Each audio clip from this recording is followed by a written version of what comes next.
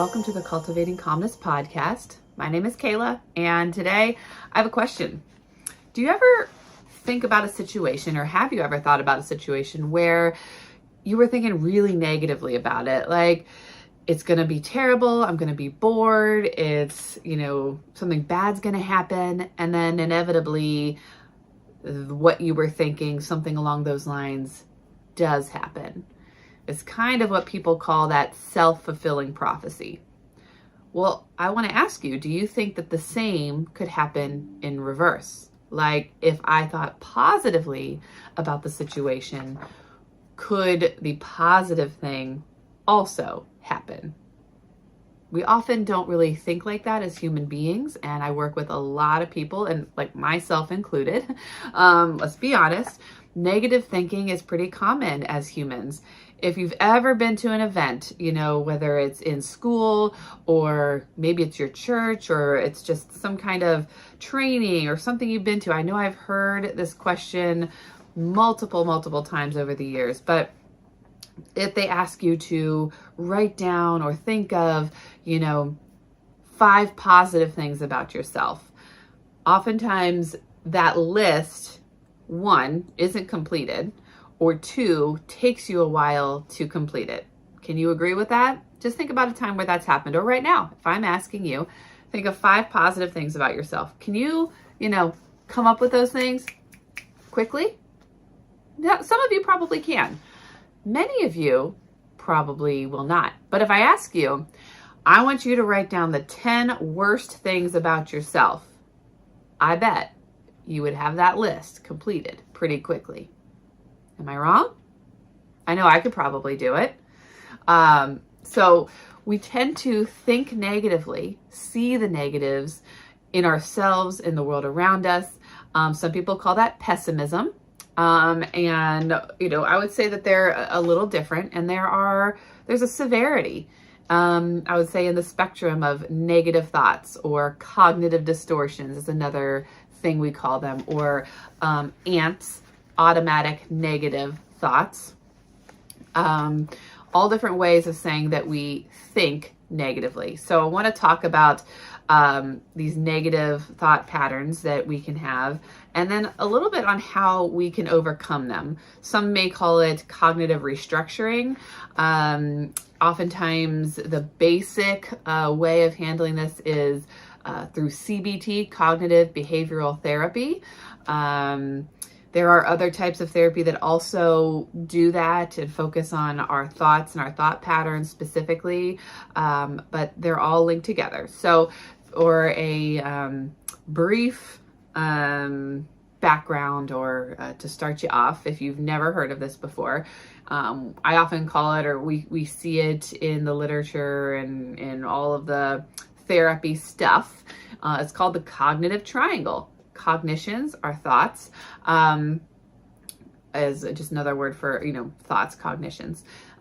So you have a triangle, and you put thoughts on one point, feelings on one point, and behaviors on another point. And kind of like a circle, but it's, a triangle, and each one is connected to the other. So if I have a thought, I have a feeling, and I have a behavior. If I have a feeling, I have a thought and a behavior. And if I have a behavior, I have a thought and a feeling.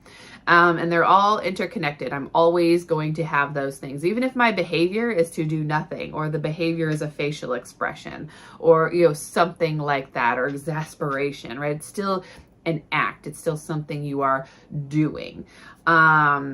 So we often talk about those things together, because if you change one, the other things will likely have that domino effect and also change. When we're thinking about thought patterns, we're often talking about the thought first. The thought is the primary point, and then the other points being addressed, in that domino effect. So there's lots of worksheets and paperwork that I do with people, and as far as, how we restructure those thoughts.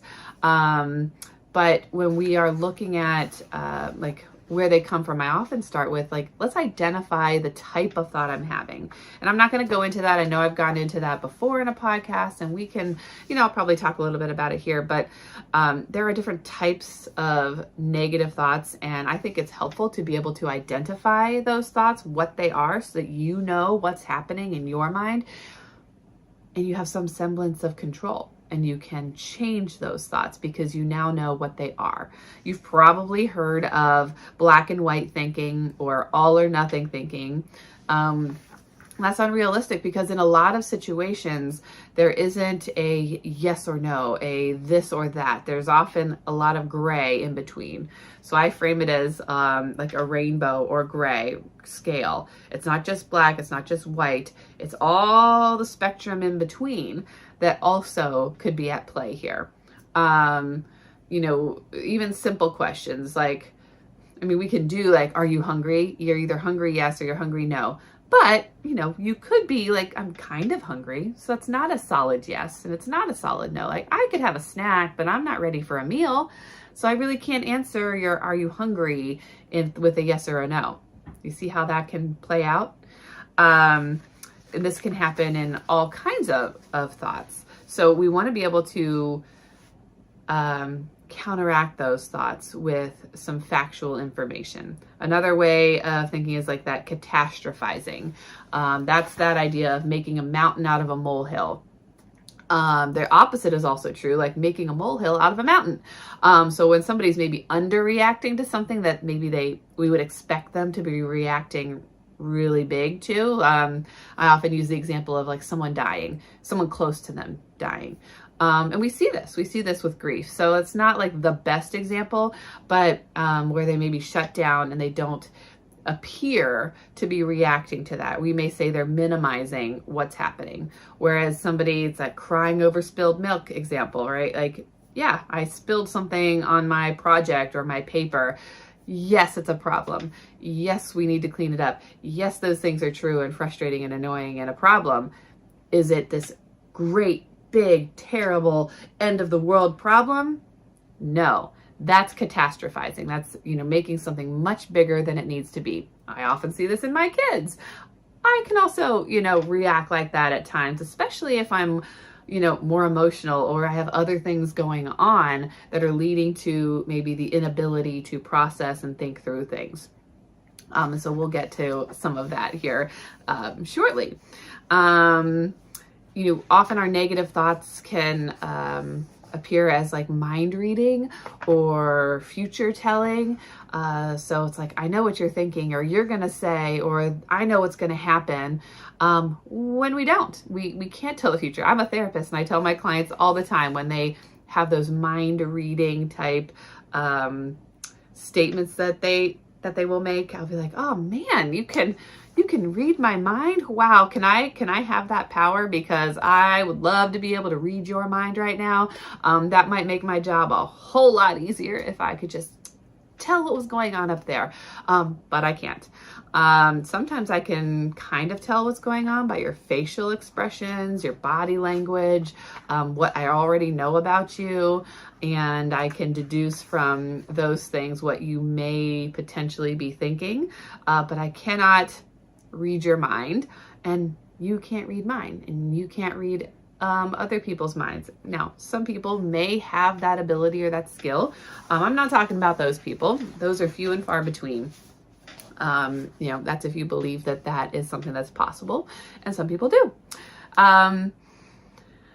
There are so many other types, but those are some really common ones, like making should statements. You should have done this. I should have done this. I could have done this. And yes, sometimes those are appropriate, but a lot of times we make those statements as a way to guilt ourselves or guilt others, shame ourselves, shame others into making a decision or a choice, rather than doing that intuitively or because they want to or because it's what's good or right, So those can be problematic type statements when they're used in specific ways. So not all the time, but a lot of the time. Okay, so when we have other like traumas or past experiences, chronic stress, chronic health problems that are playing in our lives, those can lead to our negative thought processes. And from a holistic perspective and a functional perspective, we also want to address those things. So you may be going to a doctor about some of your maybe stress and health and stuff like that. But if we aren't also addressing that in therapy and up here, those things may continue because our stress up here, our thoughts, have an effect on our body. You know, there is research out there to show, and I don't have the specific research to show that, you know, our thoughts do affect the way we feel and the way our body works. Some people use, now, I'm not saying it's going to heal you, but there has been research done on, you know, like cancer patients who will visualize and imagine like the good cells fighting the bad cells, and like your body, you know, being positive about your illness and the outcome, having a positive effect on, you know, how you're healing or recovering. Again, it doesn't mean that you're going to have a miraculous recovery, but it can aid in your body being able to heal better when your thoughts are better, because when your thoughts are better, your whole physiology, your whole body is going to react positively. And there's some people out there that will say like just the cells in your body are affected by the thoughts in your head. So if you are somebody who is really negative or really stressed right now, thinking about, I just saw a really big bug walk across the floor while I'm here. So, whoo, sorry. There's some research and information out there to show that the cells in our body can be really greatly affected by positive thinking. So I'm here to, you know, say that. When we are also thinking about like what we are drinking and what we are eating, we know that caffeine, for example, affects anxiety. So if you have anxiety and you drink a lot of coffee, those two things don't really go together. We probably want to avoid the coffee, even though it tastes good. Or if you really like the taste of coffee, consider getting decaf coffee versus the regular coffee. Or if you usually drink espresso, let's like bring it down to just some regular old coffee and like titrate that down. You know, I'm gonna get off track and we could talk about all those things, but you know, healing your gut is going to have an effect on healing your brain. You know, some people say your gut is your second brain. I may even say your gut is your primary brain. So what you're feeding your body is going to feed your mind. So if you're eating a lot of junk food, and believe me, I'm not perfect and I eat junk food. I had some last night before bed when I shouldn't have, you know. So, you know, when I do things like that, we feel the effects of it. Maybe not immediately. Some people do. Some people will notice the effects of that immediately. But other people, it may take time to notice those effects. So you may consider, you know, thinking about what are the things I am eating and drinking that are affecting the way I feel physically, and could that also affect the way I'm thinking, right? If I feel like crap, do you think my mind is going to also feel good, like good? Or is it also going to feel kind of crappy, right? If I just had a soda and soda like upsets my stomach, or I just feel like lethargic and whoa, right? Is my mind going to be like, I'm so happy, today's going to be a great day, right? No, I'm probably going to be like, oh, why do I feel like crap? Or why did I drink that? Or why am I feeling this way? And oh my gosh, am I always going to feel this way? Why is this always happening to me? And those negative thoughts just spiral and can get worse and worse. So healing your body heals your brain too. And those things go together, right? They're not, we can't separate them. I wish we could. I wish we could just do one without the other. But we can't. We got to work on all of these things at once. And that's holistic healing. That's functional healing. It's, you know, addressing things from the ground up and looking at all of the causes, not just one thing, right? I have negative thoughts. We could just focus on your negative thoughts, but then we're not giving attention to anything else that is also affected by those negative thoughts. Does that make sense? So when we are trying to reframe or restructure or change our negative thoughts, there's a lot of different ways we can do that. Oftentimes in a session or as homework with people, we will, I'll make out a chart, and it has an example of my thought and how it makes me feel, and the like my behavior afterwards. And let's see, our thought, our feeling, our behavior, and then it will be, okay, what is true about this statement? What is false about this statement? Oftentimes, if we're really putting in the effort, we can come up with a lot of things that will make the statement false and a lot of things that will make the statement true. But we'll find that there are a lot of things that will make that negative thought false, and only maybe a couple of things that make that statement true. And maybe not all the time, you know. Sometimes our statements are fairly true, but just really negative. And all we're looking for is like, let's make it more positive. Let's make it more truthful than it is. And let's see if that changes the way we feel. So we do that. And then, okay, what's the new thought that we could have based on the facts that I've just established? Now, because of my new thought, how might I feel with that new thought? Or how do I feel when I think that new thought? And how am I likely to behave now that I have this new thought and feeling? And what we see is that you play that out, and you do that for lots of different thoughts, and you do that over and over again. It trains your brain into thinking differently, into finding the more positive way of looking at a situation, because we identify what the negative thought is, and you know, maybe the type of thought that it is, black and white, all or nothing, catastrophizing, shoulding, you know, mind reading, all of those things. That could also be a category if you're wanting to track those things. We lay it out, what's real, what's not real about this statement. Another question might be, what might I tell my best friend if they said this, if I heard them make this statement? My very best friend, would I agree with them, or would I try to get them to see it differently? In all likelihood, if it was your best friend, you know, you would be trying to make it better for them, not worse, right? So I want you to be able to do that for yourself, right? Make your own thoughts and your own life better, not just go along with the negative. So when we change that, it makes it easier to then find those positive thoughts. Another activity that I have people do and think about is gratitude, or, you know, finding the positives. That may even come before we do like this cognitive restructuring. Is, you know, every day, either when you wake up or throughout the day or at the end of the day, is to find at least 3 positive things, or things that made you smile, or things that you're grateful for that day. And this could be anything. Some people think it has to be some big grand gesture. It does not. It could be something about the sunrise. It could be, I saw a purple flower and I love purple. Somebody opened the door for me. Someone smiled at me. I got an A on a test. You know, I got to go to the store and buy something I wanted. It could be anything that just is slightly more positive than maybe the way you were feeling. And it's being able to pull out and find those moments. And it gets harder, or it's even better, I mean, when you've had like a negative experience, is there anything positive? Is there anything good about it? Is there any way we can shift the way we were thinking to see maybe what came out of that was good or positive? Now, that may not always be the case. I'll give you that.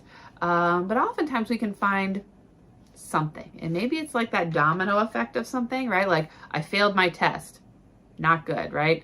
I'm not saying you have to be like, yay, I failed my test, right? But, you know, I failed the test, and actually most people in the class did. You know, if that makes you feel better, that may be just a recognition that, hey, this was a really hard test. You know, this was a really hard test. I studied, and actually most people in the class did poorly as well. So it's not just me. That is more positive than I failed the test. I'm a failure. I'm a terrible person. You know, I'm always going to fail at everything, right? That's really negative. So it's like, yeah, I still failed the test, but what is the spin? What is the truth about that? The one I use most commonly with people is, we want to, if you're thinking and you're looking in the mirror and you're like, I'm ugly. That's a really common one. I'm ugly. Me telling you to think, I'm beautiful. Do you believe that? If you really think you're ugly, me asking you to say, I'm beautiful, and looking in the mirror, you may not believe that. I want you to believe what you're saying. So the spin is, what do I like about myself? Not, I have to like myself wholly, fully right now in this moment. What do I like about myself? What do I like about this situation? Is there anything good I can find from any part of this? So for like looking at yourself in the mirror, it's finding that part about yourself that you do like. Is it my eyes? Is it my hair? Is it my fingernails? Is it my right bicep? I don't care. It's those things that maybe stand out that you do like. And then I say, let's use that to help you feel better about yourself.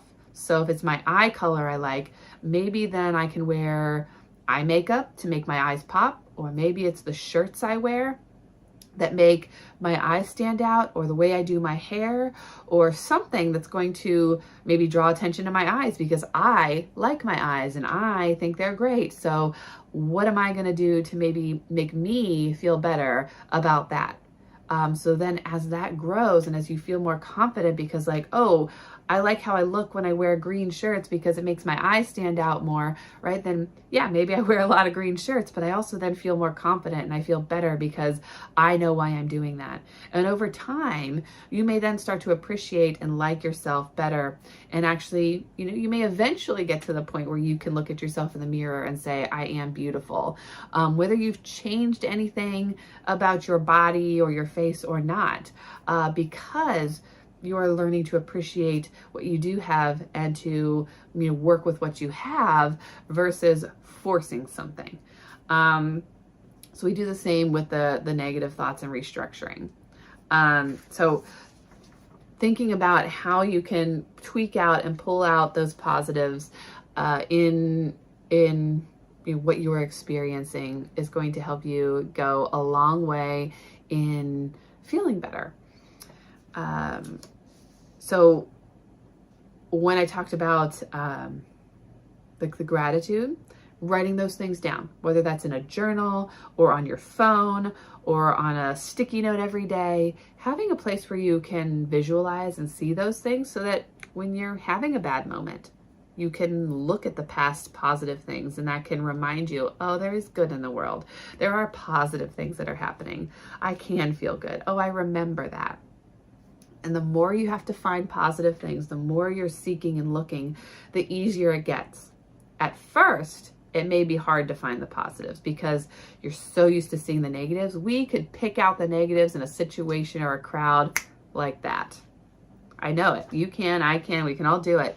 But finding the positives, we have to force ourselves to ignore the negatives or at least look past them and in search of the positives. And it's a training process. You're training your brain to do that every day, to find the positives. And again, not always easy, but the more you do it, and I've heard from people that I've had do this, I know that it works, is that it gets easier the more you do it. So if you just do it once a week, not going to be very helpful. It's every day. Every day I want you to find those positive things. I've had people that it's pictures. So they're more likely to look at it and remember if they're taking pictures of the things that are bringing them joy. So maybe it's a picture of their kid or the sunset or the flower they saw or a word or something. And that's just added to like a note or a folder on their phone. And they go to that and that's their gratitude or their positive folder. And they go, aha, I remember, and that can boost you up. Okay. So when we think about cognitive restructuring and reframing our thoughts, it's not just, I'm going to think positively today. I wish that were the case. We could go into it, with all the hope in the world, and then something's going to happen and you're going to find yourself going, down into the ditch, right? It's how do we pull ourselves out of that ditch to find the positives, to find the more positive way of looking at something. So it doesn't have to be like from 0 to 100. I'm just like whoop, flipping it. Is there any more positive way of looking at this than the way I'm currently looking at it? You know, I see this with grades, with just situations with families. You know, it's like, well, maybe it's that kind of comment like, well, at least this didn't happen. That might be a slightly more positive way of looking at it for now. Eventually, we want to be able to change that, you know, and being able to see situations, you know, even more positively if we can. I'm not saying to make it up. I'm not saying to make a positive situation out of a negative one, because we often experience very negative things, but you may be able to just change the way you're feeling about a situation based on the way you're thinking about the situation. You know, you're going to an event and you're not looking forward to it, but you have to go, right? Already right there, negative thinking. I'm prepared to have a negative time. I'm not going to have any fun. I'm forced to go. Maybe it's a work event, right? Oh, I have to go. They're making me go. Like, this is going to be so boring or exhausting, or nobody likes me, blah, blah, blah, right? I'm having all these negative thoughts. Am I going to have fun? Am I going to even like try to remotely have a good time? Probably not. Versus, hey, you know, I have to go to this work thing. I'll give it my best shot. You know, maybe I'll find something worth being there for. Even that is a little more positive than the previous thoughts I was having. Can you hear that? Do you see that? You know, that's an example of how you can just tweak it, right? Yeah, I don't know the future. I don't know that's going to be terrible. I also don't know that it's going to be, you know, not like fun. It could be fun. I'm not giving myself the opportunity to see the positives that are there or the potential there if I'm going into it already assuming the negative. So making assumptions, checking our thoughts for facts, checking our bodies for health, you know, eating well, sleeping well, sleep, that's a big one. Drinking the right things, you know, let's stick to water, electrolytes, less sugar, less soda. Like those things are going to start to affect you and help you, and in turn help you be able to think more clearly. So it's not an overnight thing. It's a training process. You can do it.